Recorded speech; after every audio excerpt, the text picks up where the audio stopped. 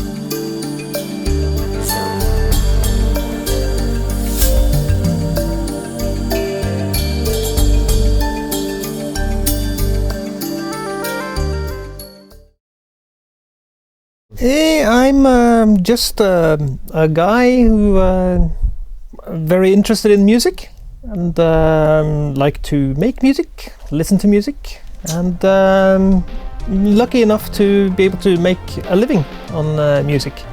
And in the old days, going back 5 or 10 or 15 years, I used to make a living on just writing music and composing music for companies.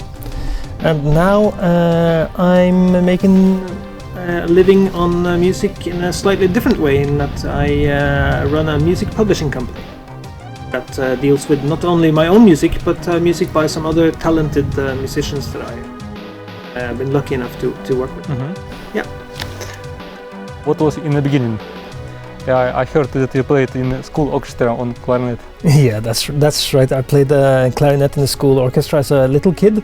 But I guess I quit doing that around the age of 12 or 13 or something, because it was boring. It just wasn't cool, you know. Mm-hmm. But I took up music again many years later when I got a little Casio synthesizer Mm-hmm. and a Sinclair Spectrum computer with a MIDI interface. Mm-hmm. So I started to connect this Casio keyboard to the Spectrum with the MIDI interface, and started to put together some music there.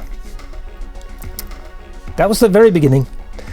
And then later on things started to get much more serious when I got an Amiga, and I started to make some music with Sound Tracker. Mm-hmm. And later on, of course, Noise Tracker and Pro Tracker.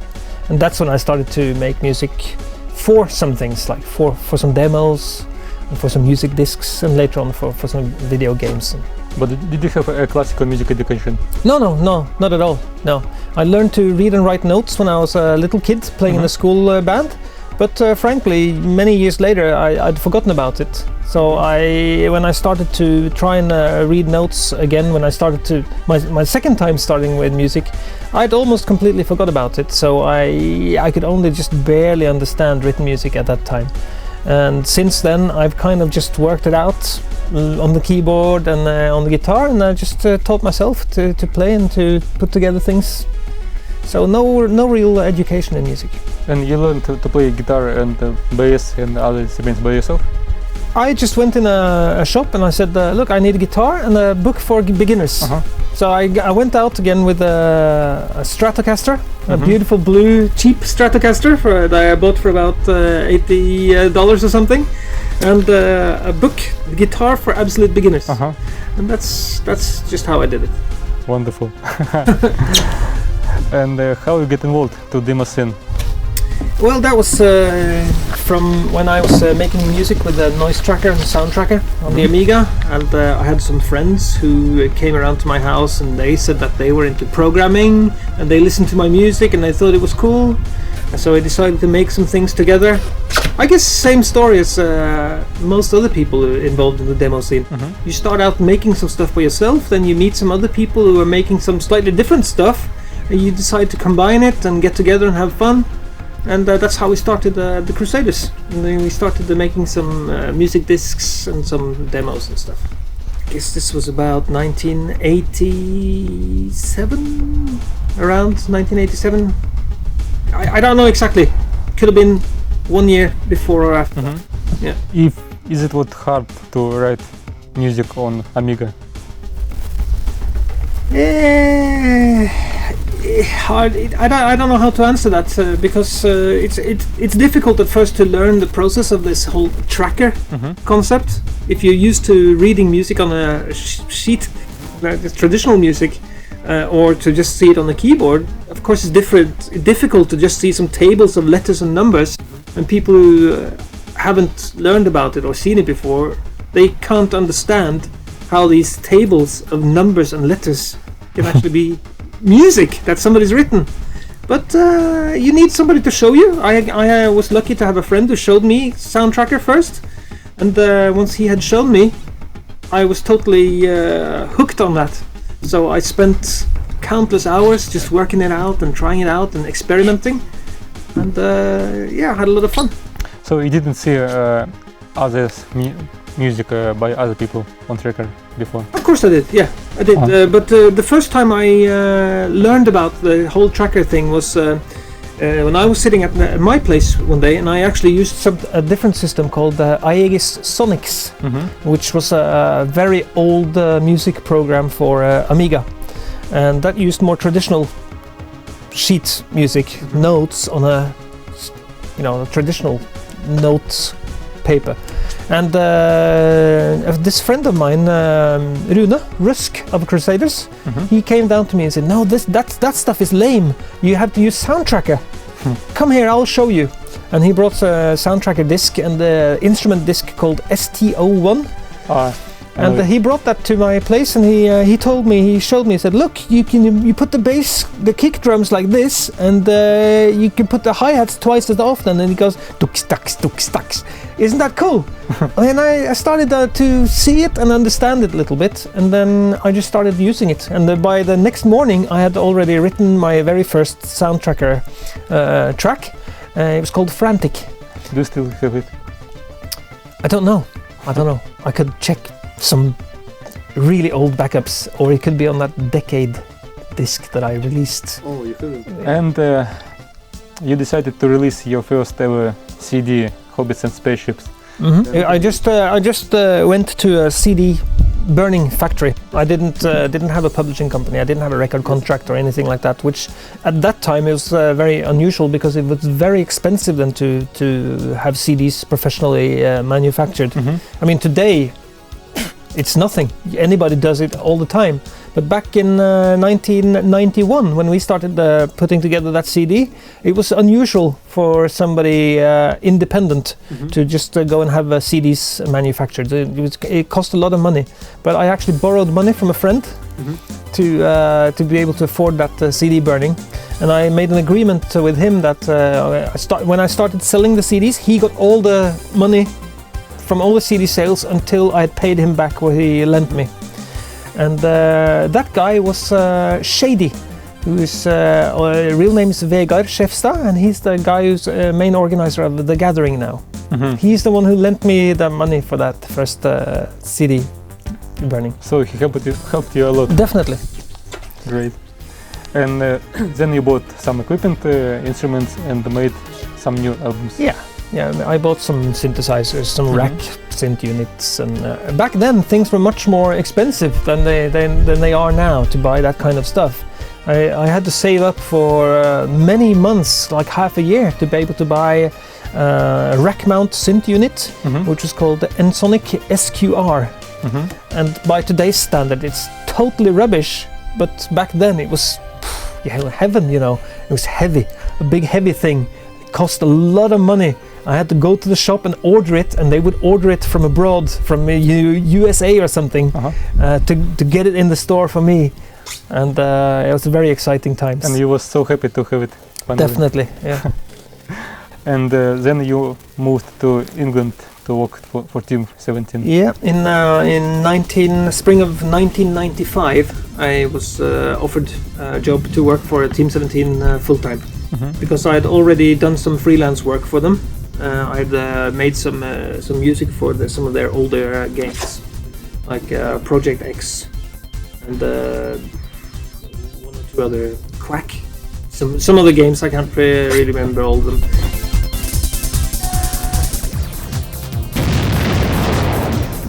Speed up. Release Mega Bomb for destruction of objects in immediate vicinity.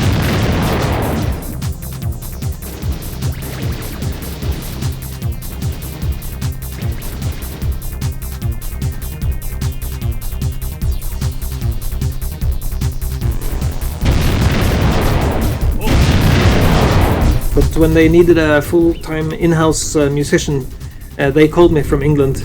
And at the time I was working in a really boring job in IT telephone support, helping people with PC problems or some word processing problems or something like that. So I got that call from England. I was so excited to get that offer to work full-time on doing music. Behold my 1995 CD, Alien Breed 3D Original Game Soundtrack. And this CD features a card printed on my very own inkjet color printer and cut out with scissors by myself many years ago. And also the CD label just printed on my home inkjet printer. And when I sold this CD, I sold a few hundred copies, and every one I actually cut the cover, printed the cover on my own printer. And I remember the story when one guy bought it for $200 on eBay. Really? Yes, you wrote it on the site. Oh yeah. Some years ago. Yeah, that's right. Yeah, somebody sent me the link to that. Yes, and I have one very old magazine with your interview. All right, wondrous stories. All right. Okay. Don't remember it. Oh yeah.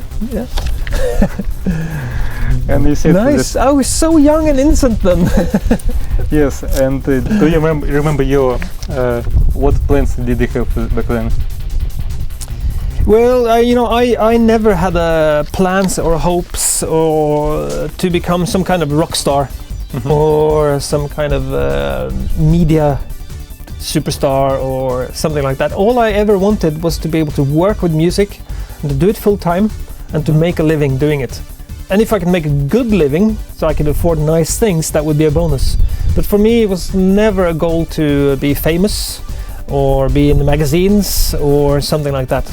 I always had a dream of working behind the scenes in the production room, behind the desk, where the unnamed guys are working, but the guys that you really go to if you want something done with the music. So I wanted to be the producer and not the face. And I guess you could say that I've done that, because I'm now lucky enough to make a living on music, and I have done that ever since 1995. And there was no possibility for you to make music and live for it in Norway back then? Not really. There were no games companies in Norway at the time. And that was my scene, I was into the video games and the computer music.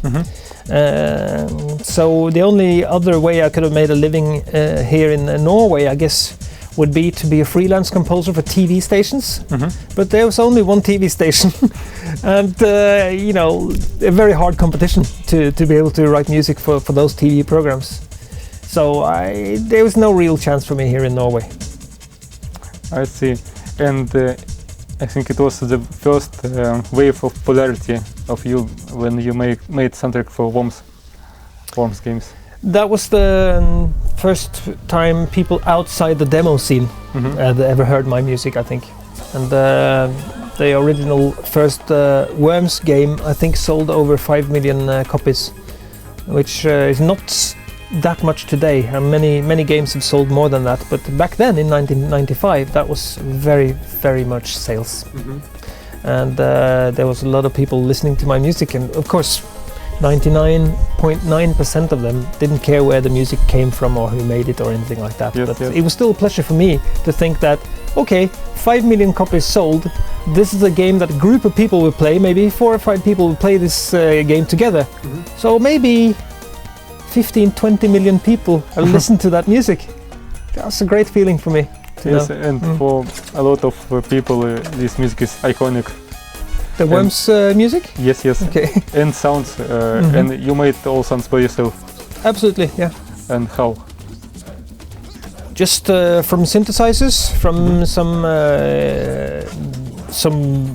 small tools and stuff on the ground, crashing things. The voices were actually done. The English voices that were the most popular voices in the Worms games. They were done by Andy Davidson, who was the creator of Worms. He's the guy who came to Team 17 and sold them the Worms game because he made it on his home computer, and he wanted the voices done with his own voice, because that's what he had been doing while he was making the game. So all I did really was to set up the recording and stuff for him to do the English voices. But I did some of the comedy sets, and I did the Norwegian voices. When the Worms spoke the Norwegian language, that was my voice, and also some of the comedy ones, like the crazy robot worms and all that kind of crazy stuff. Some of the funky chicken and some of that stuff. I did. Can you speak like worm? No, because I didn't actually do that at the time. Remember, I sampled it and I speed up the samples. And that's how we made it sound like Worms.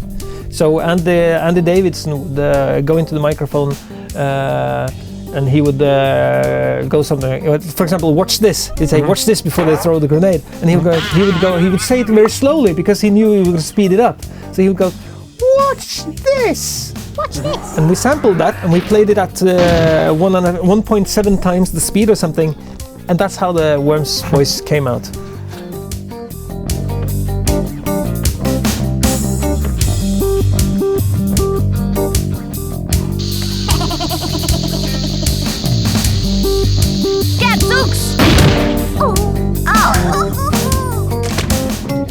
And there are many languages.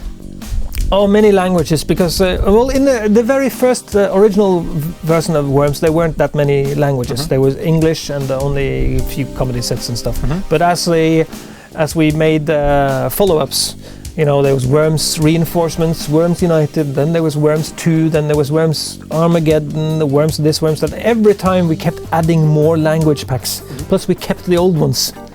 So all the time we would increase the number of sound banks that you could have on your Worms. And where did you find so much guys? Mostly it was people working at the Team 17 office, because most of them felt that they had at least one funny voice they could do. You know, so I would go around the whole Team 17 office, which was like up to 80 people at one point, and I would ask, "Can you do some funny voices? Can you do some funny voices? Do you have some crazy shit that you can do?" And one guy said, "Well, yeah, I can do a James Brown impersonation." Wow. And I said, "Okay, great. Then we're gonna have a James Brown Worms sound bank. How about, can we record tomorrow at 3 o'clock in my studio?" Yeah, I'll come down tomorrow at 3 o'clock. So then we set up a recording, and I did tweaking and pitching and all that stuff, and put together the sound banks. I feel good. And who made a Russian voice? For that, we actually just contacted some voiceover company. I don't know who did it. I don't know their name. I don't remember the name of the company, but we just went out on the net and we searched for Russian voiceovers. We found some company and we just placed the job with them, and they just sent us the files back. So I wasn't personally involved with recording those. But I'm still the one to tweak it and trim them and clean them up and choose which ones were the best take and so on. No, I didn't understand what they were saying. But they're very funny. Are they good? Really funny. Very good.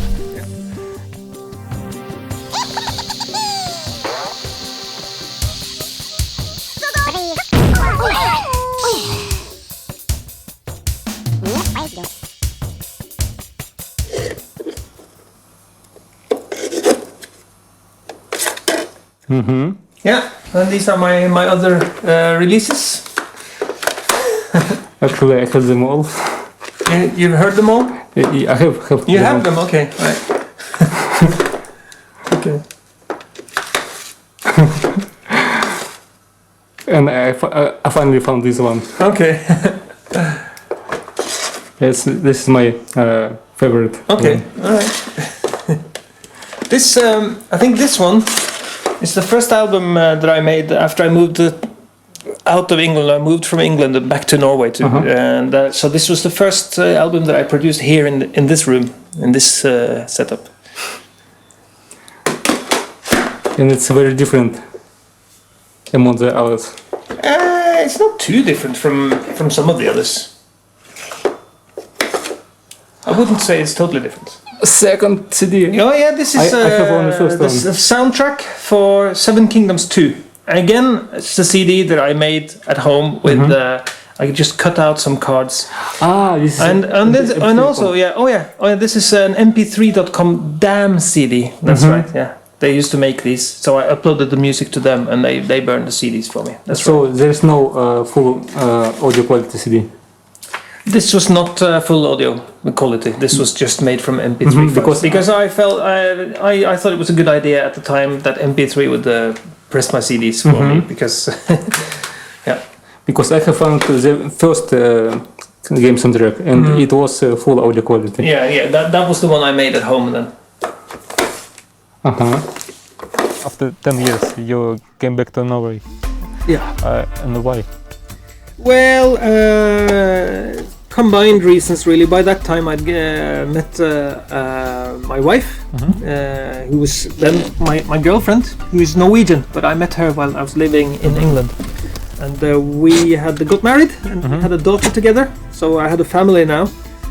And I always kind of felt like when I grew up properly and I got a family, I would move back to Norway. So my children or child could grow up in Norway, which is always going to be my home country, even after living 10 years in England.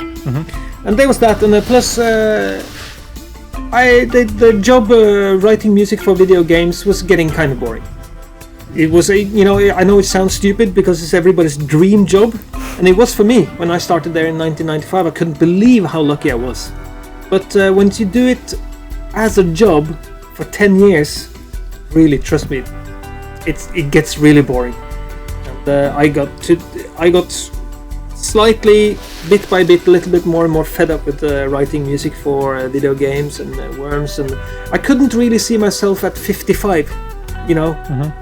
I was in England. I was 35, and I started thinking, okay, am I going to be doing this when I'm 55, sitting here writing music for games? I don't think so.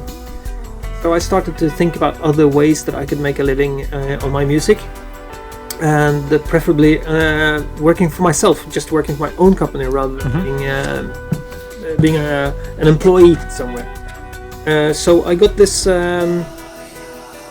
idea that people are copying music a lot, and they don't give a damn about piracy and just copying the music they want to listen to. So it's hard to make a living on music because it's hard to sell music.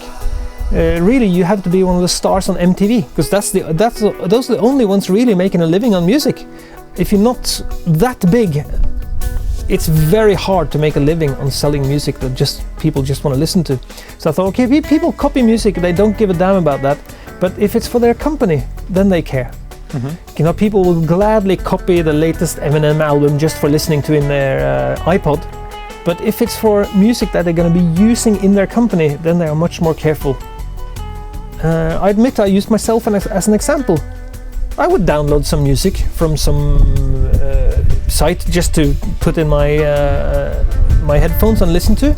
But if it was something for the company, of course I wouldn't take any chances like that. I would always do it totally legally. And this is my idea, that to try to sell music to companies and not to individual persons. Because as a company, you can't really take that many chances with piracy and stuff, so you have to pay.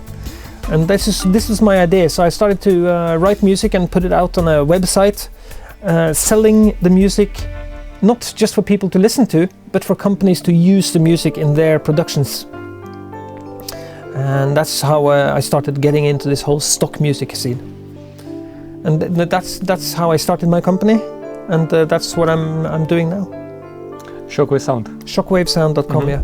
And I had an additional site for sound effects, which is called onesoundeffects.com. But I would say my main concentration is the music on shockwave-sound.com.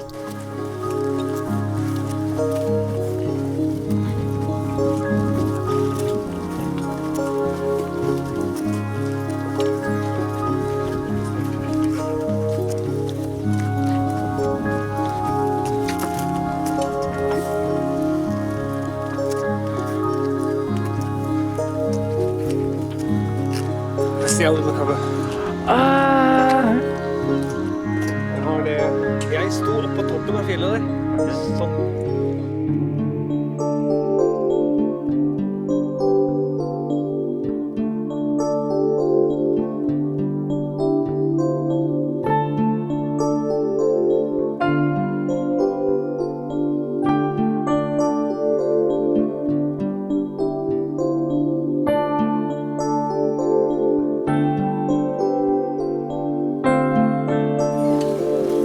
Dr. Awesome. In the place of the photo.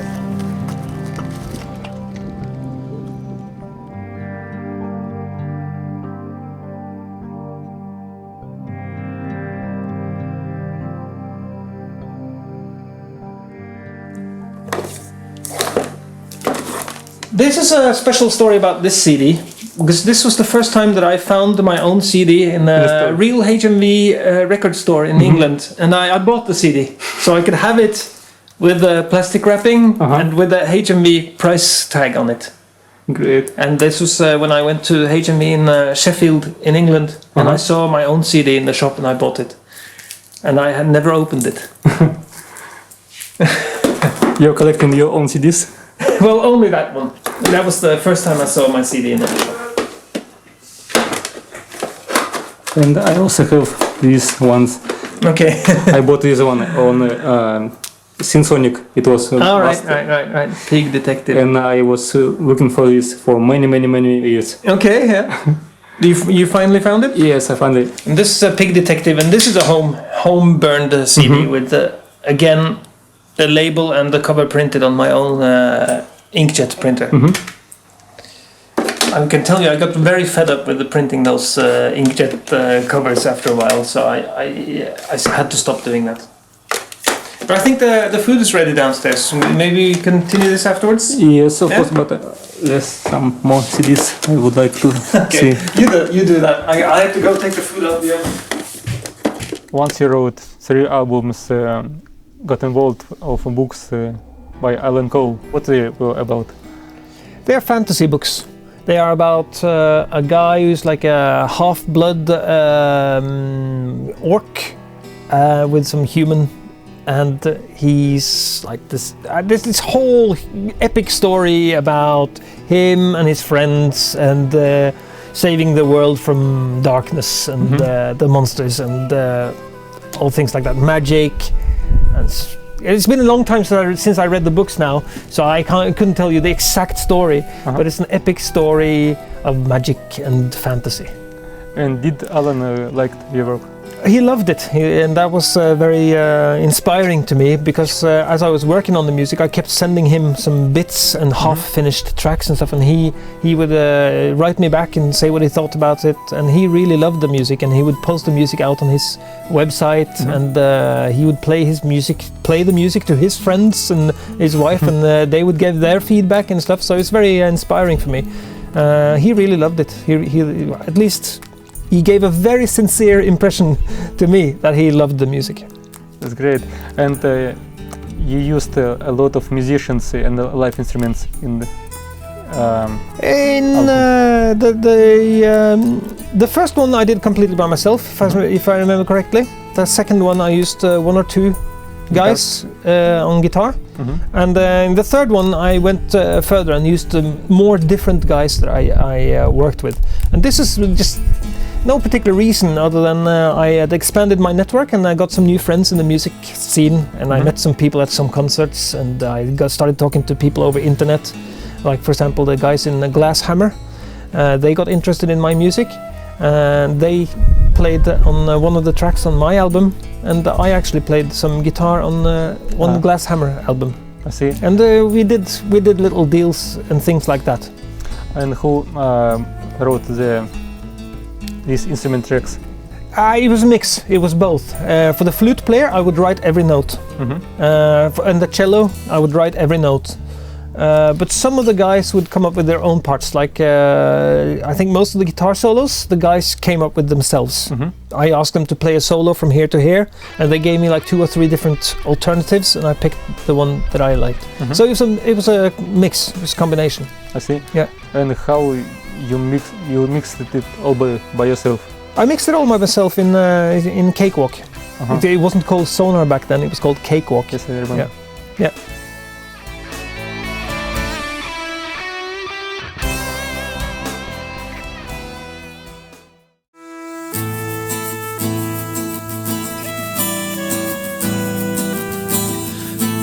You see it over there? The round pyramidic roof on the other side of the water. Yes, yes. Kruttårnet. The gunpowder tower? Yeah, it's called the gunpowder tower. And it's built in many hundreds of years ago when there was a war between Norway was part of Denmark, and there was a war against Sweden or something. And then 1600 something. the 1600s, yeah. Something like that. Yeah. 1690 and stuff. The reason for that building shape, you see the very strong foundation down the lower part of it with the rocks, and the weak and flimsy part up on the top of it. So it made like that on purpose because it was full of gunpowder, literally. That's where they stored the explosives. So they made it that way, so if there should be an accident and should go off, that all the explosions just go up and not destroy things around Around the tower. Yes, and people around.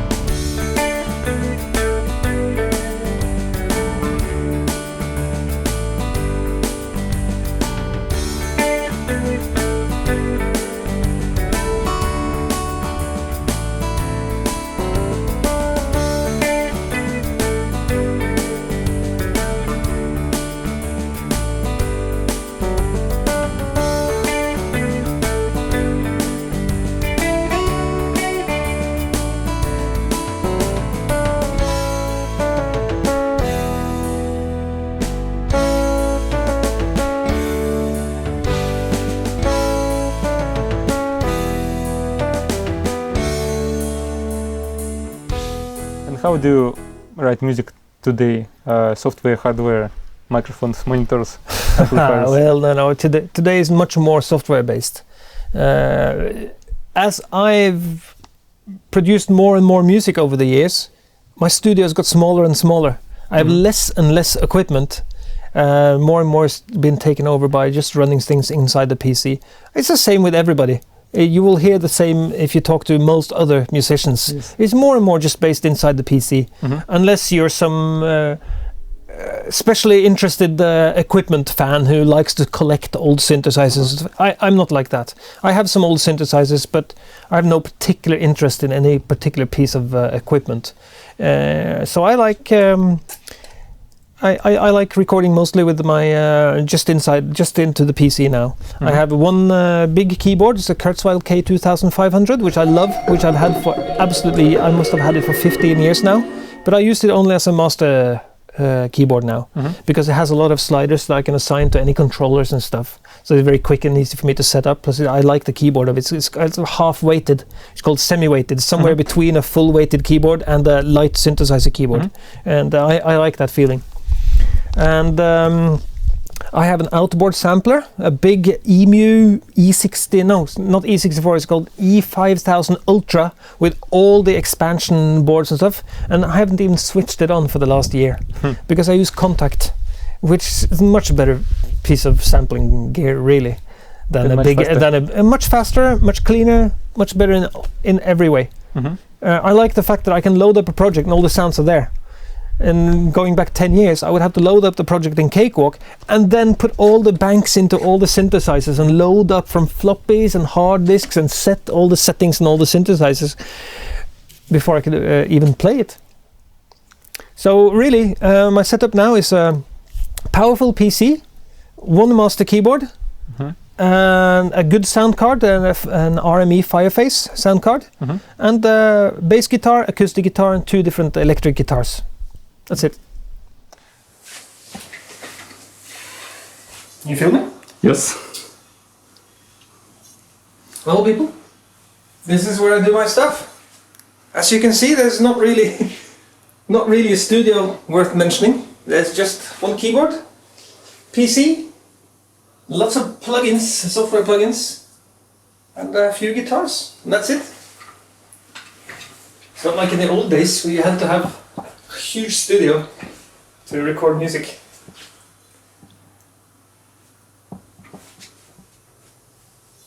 I'm gonna film my cat too. Oh, of course. She went. So that's it. So you're using what? Sonar. This is Sonar. Yeah. Sonar X1. Recently reinstalled due to severe hardware problems. And now I had to reinstall all my plugins and all the shit.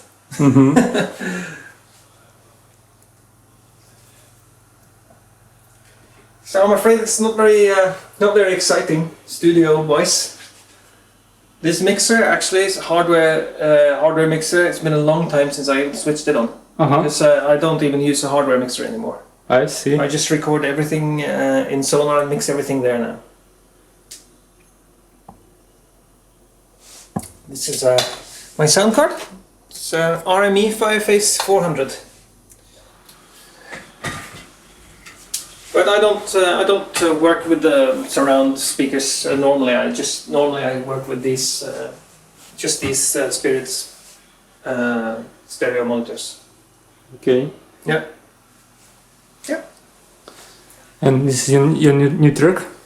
It's something I'm messing with just because I'm reinstalling all my stuff right now with some new hardware, and as I'm doing that, I'm putting in some new plugins and just trying to just kind of messing and checking, seeing how that works out. And when I install a new plugin, I do something with that plugin just for the sake of trying it. So that's just something like ambient stuff I'm doing right now. I was working on this morning.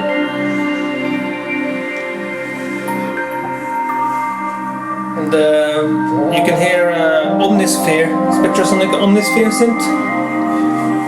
And also Stylus RMX for some drum grooves and things like that.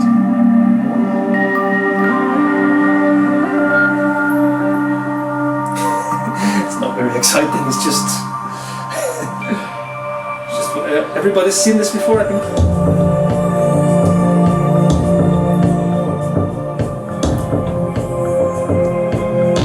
I also use a software synth that comes free with the Sonar X1. It's called Dimension and Dimension Pro, which I think is a really good soft synth. I'm using that quite a lot these days. So what you're hearing now is just Omnisphere and Dimension.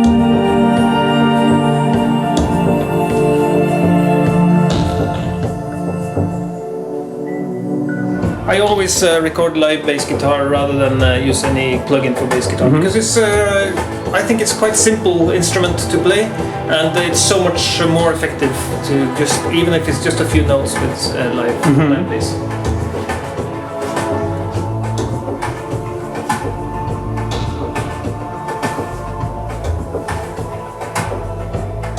This acoustic guitar is a so-called Crafter jumbo body. The actual body of this guitar is a little bit bigger than most other acoustic guitars, and that's the reason why I bought this, because I like the rich sound of it. And it comes with this guitar actually has a plug, so you can plug it directly into the mixer. But I never use that because I hate the sound of an acoustic guitar plugged into the mixer. I think it sounds, even on a good guitar where it's done well, I hate that sound. So when recording an acoustic guitar, I always put two microphones like half a meter from each other, and I sit like 2-3 meters away from those microphones to get a much nicer sound of the acoustic guitar. These ones. Sometimes these ones, or I've used other microphones as well. Yeah, and these are the two guitars I just picked up years ago in Leeds. One is an Epiphone Les Paul, and this is an Ibanez. They're nothing very special in any way. Just guitars that I played in the shop, and I like them. I have the two because they're two quite drastically different sound and character to the sound between these two guitars. Yeah. Are you gonna film the dust in my corners? What's happening? Yeah, it's Manchester City scored downstairs. That's on TV downstairs. Hey, Manchester City mousepad, which is always nice to have. Collector item. Yeah, collector's item. And you don't sing. I don't sing. I sometimes just do like very subtle background things, like ooh and things like that, rather than just playing like on the keyboard like this. I would sometimes multi-track myself, just going very subtle, but that's just for ambience and things like that. I don't actually sing any lyrics with words or anything. But you sing long for Worm song. I sang the chorus on the Worm song. Yeah, I sang. Yes. Yeah, that's me. That's my voice. And can you repeat? We are worms, we're the best, and we come to win the war. That's all I'm gonna do for you. You pitch it up in the video and see what it sounds like. That's the most interesting moment. And about your label, how you made it? You mean the Lynne Publishing and Music label? And shockwave-sound as well. Like I said, mentioned earlier, I got this idea to sell music to companies wanting to use the music in their productions, because I could see that people wouldn't pirate copy so much for their company, and also because I felt that more and more the people are going to need the music for a lot of productions. More and more people are making media productions, films, YouTube videos, because back then when I started there was no YouTube, but there was still some signs that more and more people were sitting at home or in small offices, small companies, making stuff, small little videos, wedding videos, all kinds of stuff like that. And I thought these people are going to need music, and then some people will just take music from a commercial CD, like a Michael Jackson song or something, and put on their productions, but more and more people will know that they can't really do that because they're not allowed to. So that's how I did that, and I set up a website for selling tracks, and I just took the price out of the air. How much should I charge for this? Okay, I'm gonna sell a music track, and I'm gonna sell it over and over again to many different companies, but the company is gonna have a right to use this music commercially and to exploit it commercially. So I just thought, how about $30? And that's how I set the prices. I started selling tracks for $29.95 each time. And I set up this website, and I called it shockwave-sound.com. The reason I chose that name was a lot of people were using Shockwave to make these media productions that they were making. Some multimedia presentations, rich media websites. So I just thought, okay, Shockwave Sound, why not? And at the beginning, Shockwave Sound just contained like 50 tracks, and they're all made by me. And I actually sat and composed music just for putting it out on the website. Okay, I need some music for corporate business style use. So I sat down for a few weeks and wrote 10 or 12 or 15 corporate business music tracks and put them out on the site. Started to get a few sales, very few at the beginning, and then I started to ask some of my musician friends from the demo scenes if they wanted to have their music sold on the website, and I would pay them half. So I asked Jogeir Lidjedal, yes, good friend of mine and also a good musician. He said, sure, yeah, go ahead, that's great. If we can sell some tracks, that's great. And I asked Adam Skorupa, Scorpic, very good friend of mine also, very talented musician, and he said the same thing. Great, yeah, take my music, put it out on your site. If you sell something, I'll take half, so that's just great. And they kept growing from that. After maybe a year or so, I actually started to get emails from composers who I had never heard of before, and they wanted to have their music sold on this website. And it grew from there, and now there's like 150 different composers on the site. And there were any difficulties in that? I've been doing this full time for 10 years now, so I can tell you there have been some difficulties. There have been some difficult situations now and then with some composers. When some composers have stolen music from other people, commercially released music, and sent it in to me, and I've started selling that music, and then got an email from the company who really owns the music, asking me what the hell I'm doing selling the music. And I've just had to say, look, this guy sent me his music and we made a contract. Here's the contract. I was lucky I had a good written contract where this composer took all the responsibility for the music being his own music. So no really serious problems have happened to this company. That's the most serious problem I just mentioned now. Did you think about making some more music for games, maybe for fun?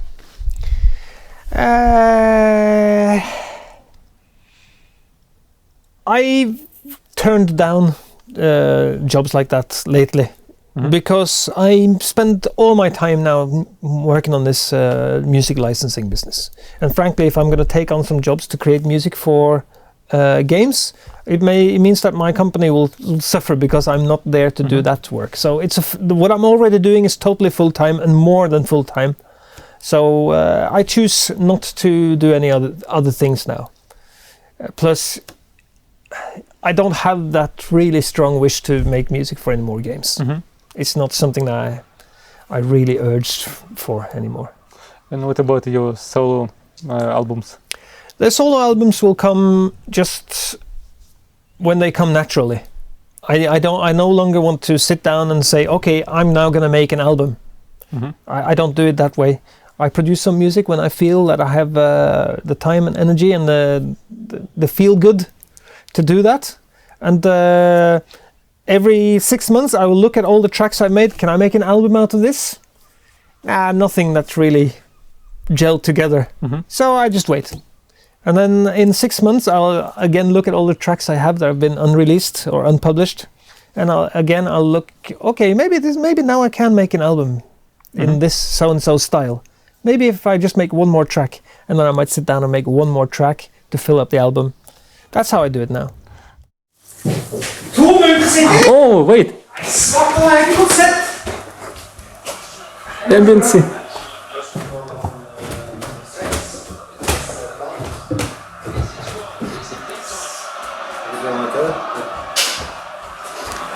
What's this? Oh yeah, this is just a special project I made for an artist here in my hometown. He was looking for some ambient music for a photo exhibition, and he came to me and asked me if I could put something together for him. And he would try to sell that CD at the exhibition.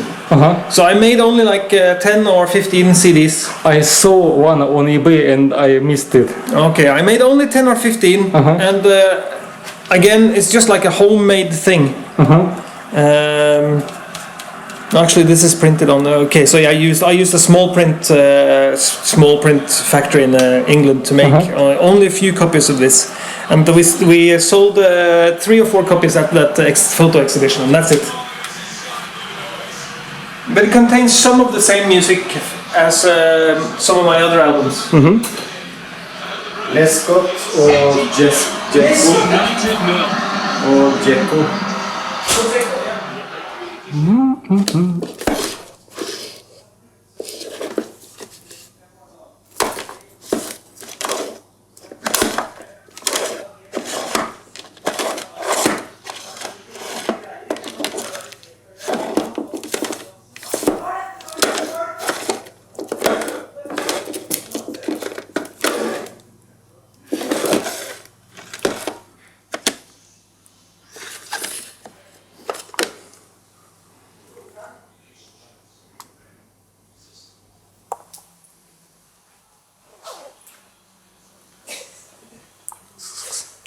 Toffee! What are you doing? Meow. This is the latest member of the household. Her name is Toffee. Hello, Toffee. You're posing, aren't you? You're posing for the camera. You know you're on camera and you know you look good. Are you gonna play some tennis now? Yeah. Yeah. About the hobbies, I know you like tennis much and fishing. I have seen your photos with large fish. Okay. Yeah, fishing. Not so keen on fishing these days. That might come back to me. But I guess in the last 1, 2, 3 years, I haven't been so interested in that. But I'm very interested in tennis. I play tennis 3, 4, 5 times a week, just for fun. Just totally amateur. I'm no bloody good at it at all. But I love to run around and hit balls. So that's just great. I join in local tournaments. And I go to practice several times a week. Well, did you get all you were dreaming about? Did I get everything I was dreaming about? Yes, yes. I guess you can say that, yeah.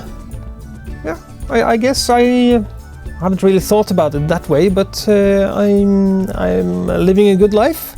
I have a wife and a daughter. I live in a beautiful place. I'm not a millionaire, but I have everything I need and everything I want. And I spend my whole days dealing with music, selling music, listening to music, composing music a little bit, and playing tennis. So I guess you could say that I have everything I dream of. Yeah. And what are you dreaming of now? What do you mean? Do you have any plans for the future? No, my plan is to keep doing this and keep doing it better and better, and chill out and have fun. Yeah. What do you think? What is the secret of success? Why many people want to do something, to get something, but they never get it? It's a combination of things. I know some musicians, very talented, but lazy. To be frank, to be totally honest with you, I don't want to say names, but I can think of several guys who I've run across in the past 15 years, as long as I've been a composer, or 20 years, who have had 3 times or 4 times or 10 times the talent that I have had, but they have no will to really dig down, pull up their sleeves, go to work, and do something and finish it. And that's something I have always had. I was always been disciplined in that way. So what I've been lacking in the pure talent, which I maybe had this much when other people had this much, is I made up in work and the discipline and being able to finish things and focusing. I think that's important. Plus, I have to admit, I have been lucky. Times I've been at the right place at the right time. Sometimes when I got that job working for Team 17, they needed a full-time composer at the time when I felt like I wanted something like that to do, and I don't know, it's just a combination of things. I've been lucky and I've been disciplined and worked hard, and that's what's worked for me. I don't know if that's a secret. There's no secret of success, but I guess it just goes to show that the old recipe of a little bit of luck, little bit of talent, but mostly hard work. Just and no laziness. No laziness, no. I know people who are very, very talented, but frankly they can't get out of the sofa and switch on the TV to actually go and do some work. You can't get anywhere with that. So that's the main problem of everyone, I think. I don't know everyone, but I know some people who have that, who would have that as a problem. Yeah. Okay. And what's your working day? My working day. Wake up. I wake up about 7:30 because then I make some breakfast for my daughter and take her to school at 8:30. And once I've taken her to school, that's only like 3 minutes or 5 minutes away. I come back and then I switch on my PC and get some coffee. And usually I will open my email inboxes, because I have several. I have one for customer support, one for the composers, one for my personal stuff, one for the company friends, one for this and that. So I open all the email boxes. I usually start with the one for customer support, because it can be some urgent stuff from some customer who's paid for something and he hasn't got what he wanted, or has some kind of problem. I deal with that first. So then I will spend a couple of hours just answering emails and taking care of little fixes. Maybe there's some problem with one track or some database entry, or I have to fix something and repair it. And then I start to listen to some music that some composers have sent to me, and maybe start doing some deals with some contracts and stuff like that. And then if there's time, maybe I will work a little bit on my own music, but most days there just isn't time for that. Some days there is time for that. I'll do that. And then my daughter comes home from school. I try to spend a little bit of time with her, and I cook food for her and for my family, because I'm usually the one who do the cooking in this house. And after that we had some food, and then usually in the evening, early evening, I go to tennis. I play some tennis most days. After that, I go back and see if there's any more customer support issues on the email. And once I've done that, maybe it's 10 p.m. in the evening, and gives me 1 hour to work on some music thing, or some composer who sent me some stuff, some cooperation with somebody, write on Facebook or whatever. And then maybe around 11 or 11:30, I switch off. I sit down in front of the TV, open a beer, and watch TV with my wife for an hour or two. That's a typical day for me. What do you like to drink? I mean, beer or something else? I love beer. I will have a beer most days, even on a totally normal weekday. Like I said, when it's like 11 p.m. I switch off for the day, and for me it's kind of a ritual. It's like a little reward for myself for all the work I've done during the day. I will take one cold beer out of the fridge and enjoy that beer, and I really enjoy it. So I love beer. I like a glass of wine, good red wine. I like most things. Can you give some advices to the guys who decided to make music or music related stuff professionally? Yeah, I think it's important to work hard, like I said, and be focused. Finish things. You know, don't finish something and then lose your concentration and then never finish it. I know some guys who have 85 track beginnings on their hard drive. Nothing is finished. That's never going to get you anywhere. Go back to your tracks and finish them, even if they don't turn out perfect. And then once you've learned to finish some tracks, even if they don't turn out 100% fantastic like you imagined from the beginning, at least you finished them. And some of them will be great, some of them won't be so great, but at least you finished. And you have something that you can show, that you can use for something. And I think it's important also to try to if you're going to try to make money from music, you have to try different things. You can't just aim for one thing. You can't just think I'm going to be a rock star or nothing. You know, you should try different things. You should hire out your services as a studio session musician. If you're a talented player, you should be doing that. You should try to sell your music, license out your music to commercial users. You should try to write music for projects, for TV or games or films. You should burn some CDs and try to sell CDs. You should have concerts and try and make a little bit of money on that. You should try to think of different things that you can do as a musician and not just try in one area. I think that's important. I see. Yeah. And can you say something to Russian fans? Da. I'm sorry, no, my Russian is very limited. No, I have Russian fans. Yes. Tons of people. Really? So much. I had no idea, really. But for any fan who has ever listened to my music, I just want to say thank you for listening. And it's inspiration for me just to know that there's a lot of people out there listening to the stuff that I've produced. So thanks for that. Great.